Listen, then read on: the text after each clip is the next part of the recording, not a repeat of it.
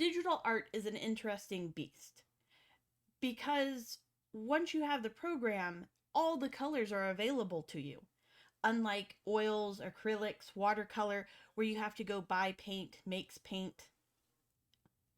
And in a similar vein, instead of having hundreds of sketchbooks and canvases around the house, you now just have an external hard drive, which is much friendlier on space. But digital art comes with some great responsibility. So today we're going to talk about a few things in digital art and how to do them a little bit better. We're also going to talk about shading the face and creating a three-dimensional image in a two-dimensional space. Now, this person is not trying to get the likeness of me in their picture. I just have a picture of me pulled up because I'm in a similar pose with a similar hair shape so that we can do some comparisons.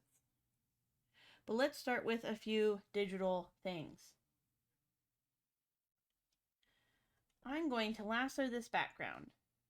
Because just because we have every color doesn't mean we want to use every color in one piece.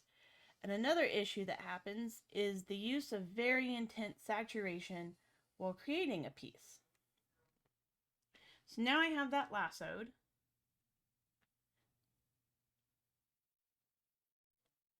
We're going to go to hue, saturation, and luminosity in the right layer.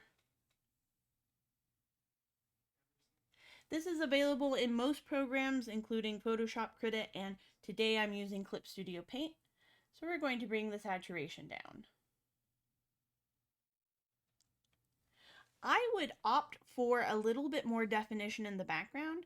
I like to blur my backgrounds to make the main focus stand out more, but I think in this case we've blurred a little too far.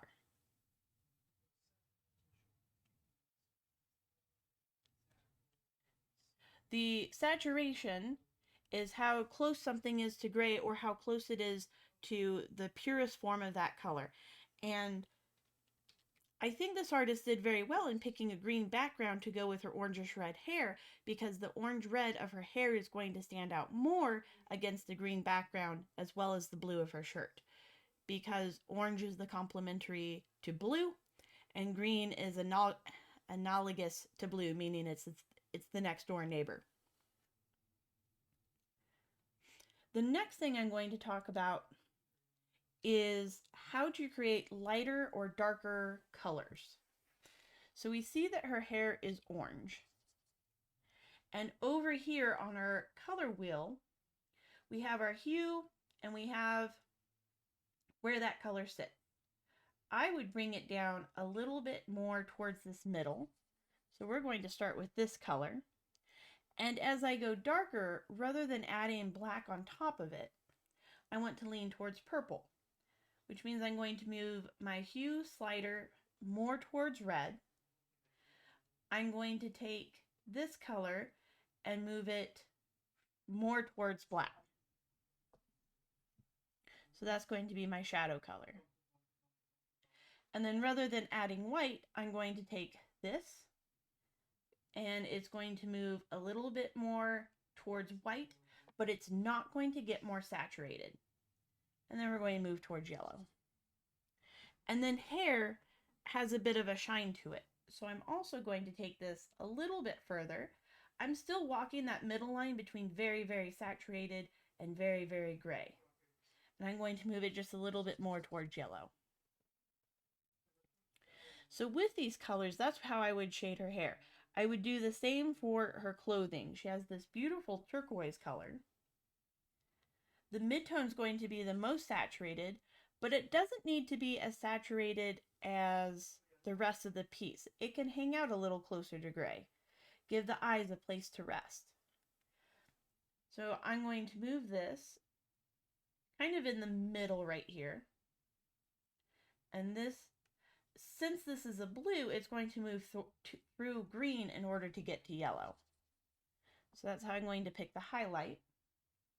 And then I'm going to move it towards a darker purplier blue to get my shadows. And that's how I would pick my colors. even in traditional medium, in oil painting and acrylics and watercolor, in order to get a lighter color, sometimes it's better not to add white. For example, in flesh tones for lighter colors, I tend to add Naples yellow. To get darker, I add a purple, an ultramarine blue, a burnt umber, which is a dark brown, and that's how I get my darker colors. The last thing I notice in digital art specific to the medium is the tendency to over blend. We know she has different shades happening on her face. However, all of the edges, with the exception of going into her hair and where her shirt begins, all of those transitions have been blurred out to the point where it's no longer a soft edge that we see in round shapes. It's just almost out of focus. So the next thing I'm going to do is make a new layer, and I'm going to pull her flesh tones down a little bit. This is too saturated for a general flesh tone. So I'm going to take a pen tool, which is a hard brush. I'm going to go over these areas.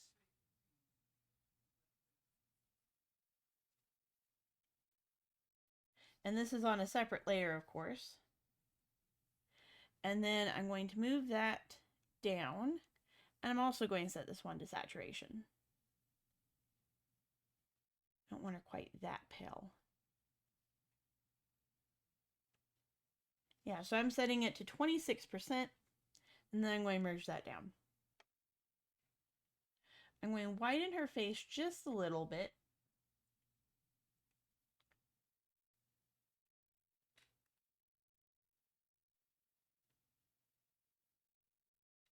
Because she's a little bit too long. The next thing I'm going to do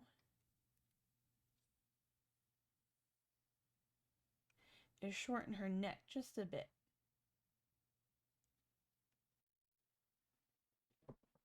I'm probably not the best example to have on here because I really don't have a long neck.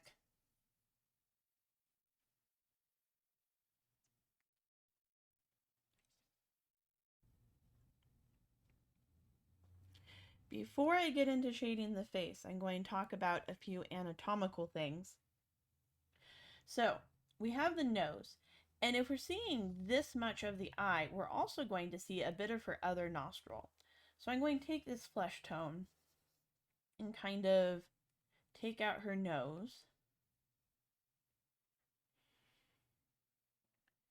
And then I don't want to stray too far in color. I'll go in with a brown. Now, we see on the picture of me that this is the inner corner of my eye, and when we drop it straight down, we're going to be hitting the side of my nose. So with this, we're going to go straight down, and that's where we're going to see the side of the nose. We're going to see the other nostril. And with that, the ball of the nose moves up like that into the eyebrows. Now, with this, we have from the bottom of the nose to where the nose meets the eyebrows, we should have one of those going down and one of those going up. So there's her nose.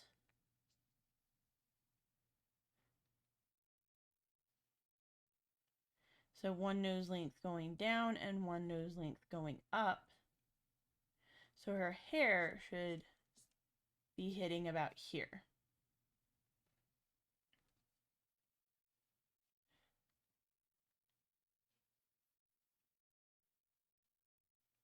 All right. I then know that there's a center line going down the middle of the face. So as that nose goes, I'm going to take out the lips. And they're not quite halfway. They're a little higher. So that's halfway, that's hitting my bottom lip. And I don't want this to be an exact likeness of me, I just want the facial proportions. So you had given her fairly thin lips.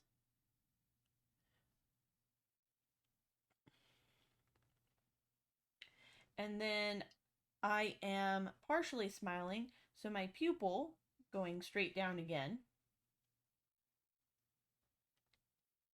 And this pupil going straight down again. As they go down, we're almost to the corner of my mouth on one side, and we are hitting the corner of my mouth on the other.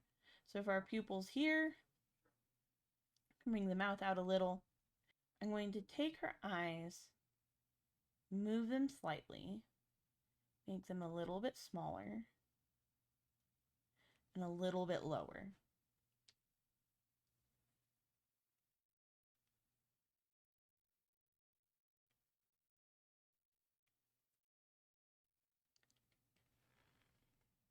I know that changed where our iris is.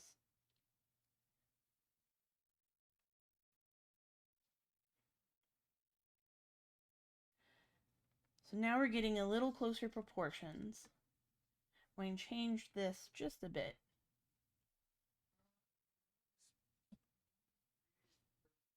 The iris takes up a bit more space. And you are correct, the far eye will become a different shape and a little smaller. Her chin should come out just a bit more.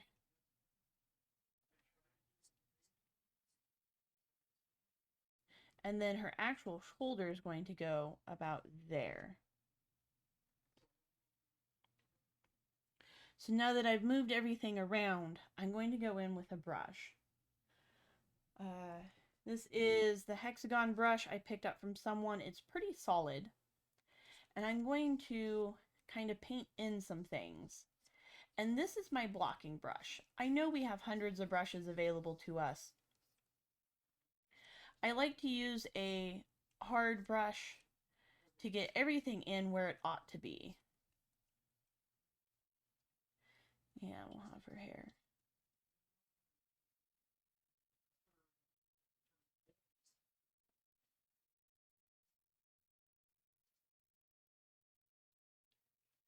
So right now I'm just thinking about expanding on what you have.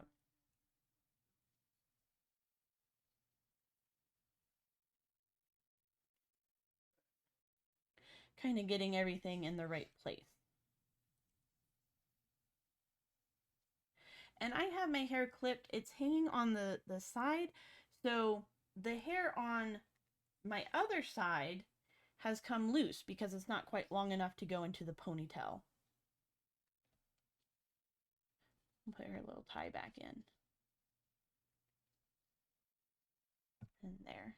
So with her face, some of the elements I'm going to think about when shading her face is where I want the light source to be coming from. I'm going to take probably about this flesh color. That's pretty bright. I'm going to bring it down and bring it more towards pink. I'm going to move a little bit more towards saturation and towards pink. That's going to be my blush color for the nose and for the cheeks and for the lips. And then this color, still moving towards pink.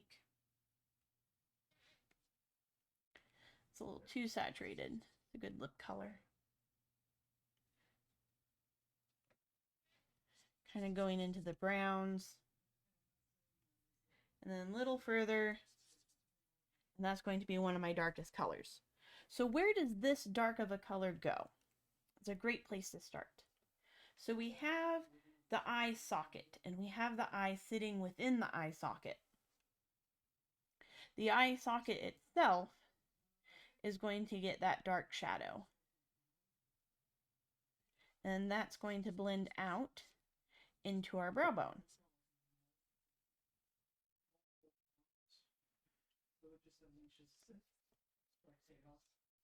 We also have a little bit of shadow in the under eye.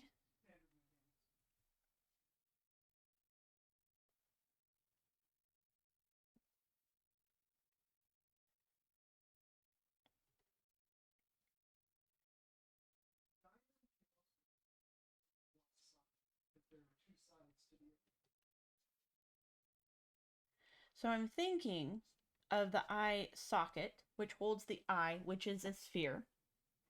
And I'm kind of thinking about how it's going to recede. And anytime we do makeup, when we're thinking of the inner corner of the eye, we want that to have a little bit of brightness. That's why a lot of times we put the highlight in there. I'm also going to, as I move around the face, I'm going to move towards pink or towards yellow, staying within a peachy color, because different parts of the face collect more red. So with me, I kind of have a lot of red hanging out in my eyelid, as well as my under eyelid. I have a lot of pink on my nose, and I have a lot of pink going throughout my cheeks. However, inversely, so there's the pink in my cheek, pink in my nose, the pink in my eyelids. However, that looks more pink because up here we're getting more peachy tones, leaning slightly more towards yellow, as well as here around my mouth, up here. And if this were, if I had more facial hair, all through here, if I haven't shaved lately, would begin to take on a blue cast.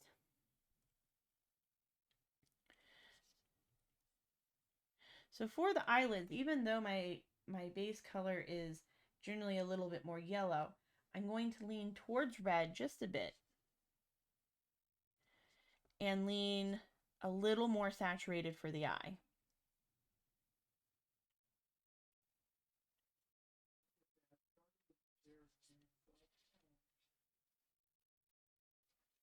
And I'm not going to stay in one place too long. When we move down here to the nose, that's where it will cast a shadow. The nostrils are also one of the darkest places on the face, so we'll want to get those in. And the nose is pink on most people. How pink you want to make that becomes a stylistic choice.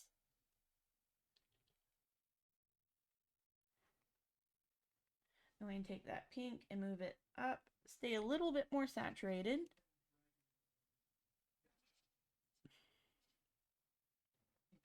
And then the bridge of the nose gets a highlight.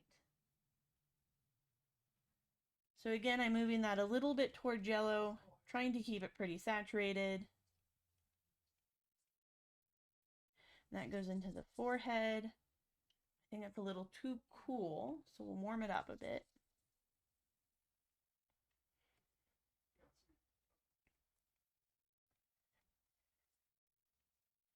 And bring this orange in.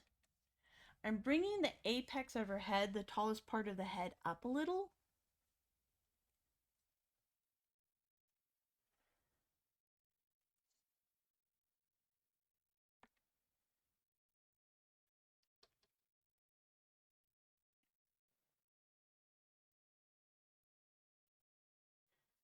We have the bridge of the nose. We have the forehead, which is also going to get a fair amount of light. We have a slight shadow here where it dips in before the nose. We have the sides of the nose. The cheeks are going to be lighter, not that light.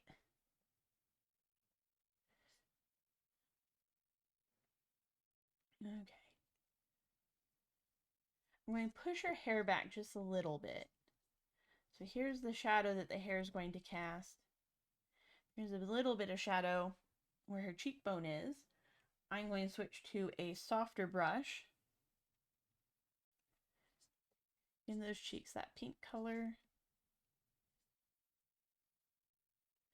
This is a very soft transition, moving from the cheek into the cheekbone, unless you have very prominent cheekbones. I'm going to keep getting lighter.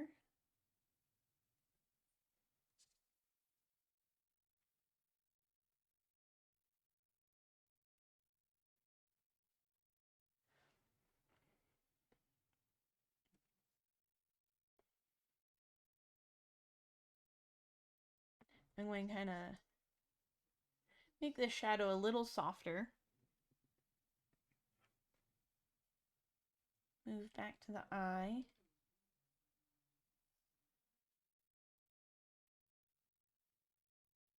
We'll go a bit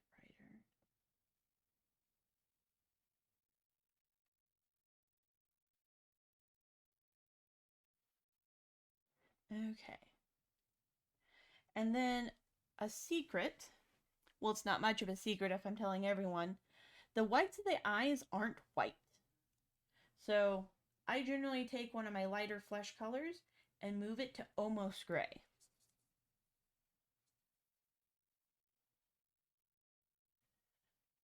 And then that's what I'm going to fill in the whites of the eyes with. The sclera is, it appears pure white. When we're looking at it, it appears pure white. I'm going to try to get about there. We're still in a yellow, but we're pushing towards gray. We're pushing a very cool color. And next to the warmth of the skin against that warm peachy color is going to appear to be a bright white. But we don't want it to actually be a bright white.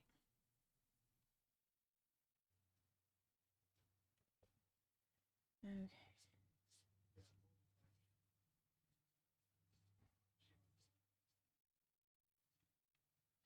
Okay, now we're getting somewhere.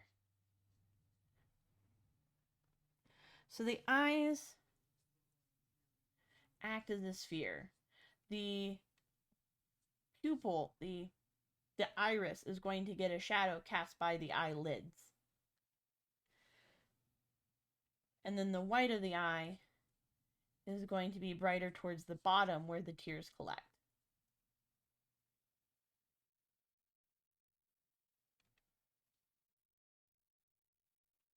The iris of the eye acts opposite what we think it should. Since our light source is coming in this direction, it's going to get the shadow from the lid, and then the highlight, the lightest part of it, is going to be opposite. Imagine it almost as if you're looking at a cup and the light is shining in, and one lip of the cup is up here, so it's going to cast a shadow where the other side of the lip is going to catch a highlight.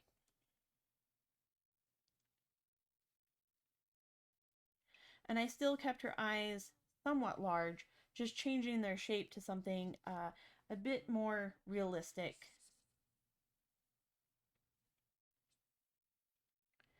And then we'll go in with this color.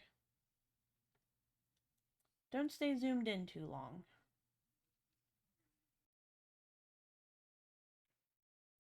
Let's continue on the face. So this red is going to slowly go back to that more yellow peachy color.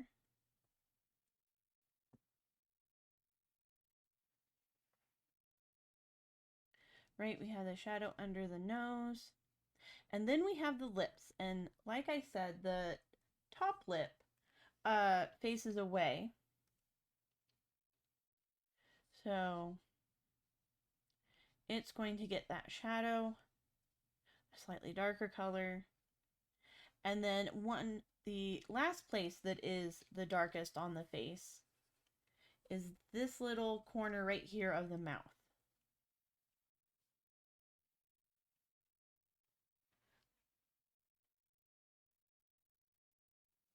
As the top lip does come out, it's going to get more of a highlight.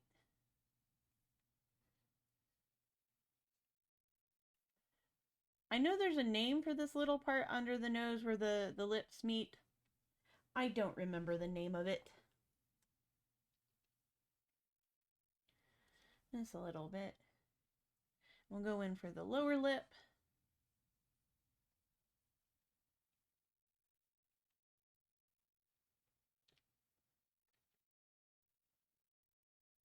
I'm going to smooth those out a little.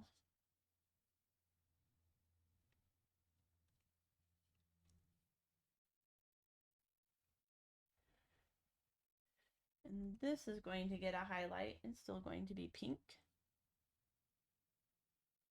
There we are.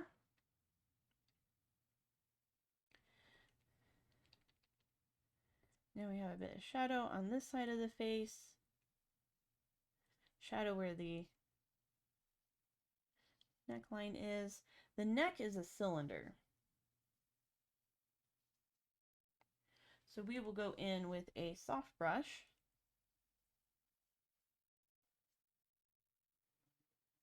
Kind of build this up.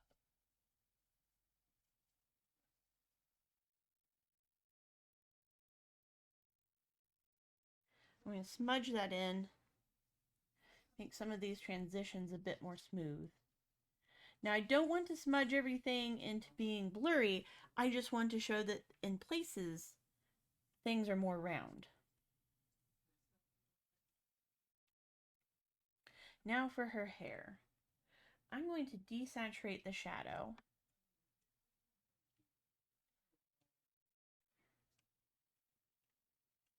And now hair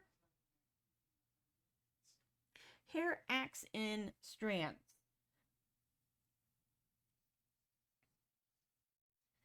And you are correct in making the hair kind of one big shape. However, let's move in. So here are some curls in my hair that have slowly started to come out. We have our shadow shape here, and then our shadow shape here, and then a highlight through here, through here, through here. Those highlights generally tend to make a rounded appearance. So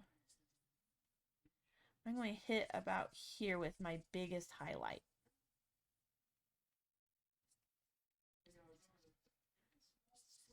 I'm going to hit right in there. And then the rest of her hair.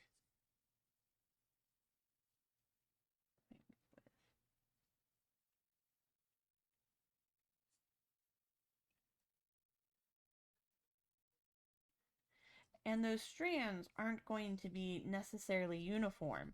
In fact, if you make them uniform, it looks less natural. And then this color, I'm going to build in that shadow.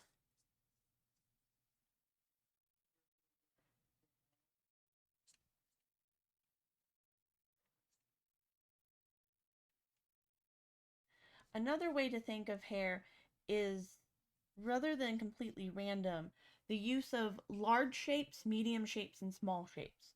So right here, I think I'm going to make this a big hair clump. And through here, these two kind of a medium.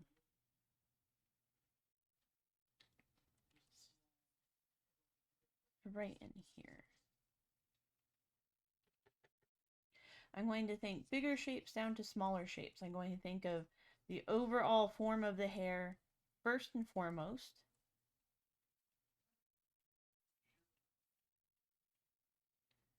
And then start bringing in smaller shapes.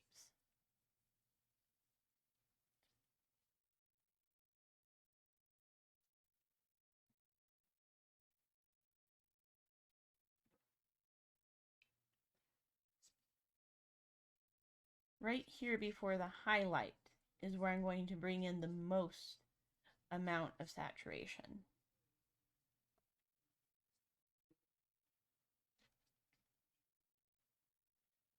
And I'm just going to build this up progressively lighter to get that nice little sheen.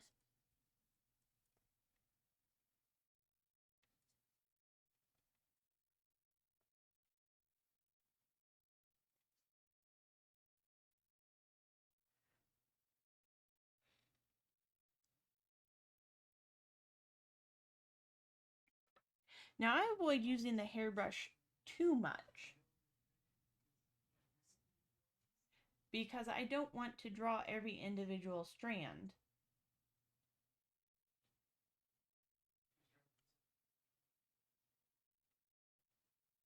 But I do have a few that I have downloaded, kind of add that nice strand texture. And I know artists who never use a hair shaped brush.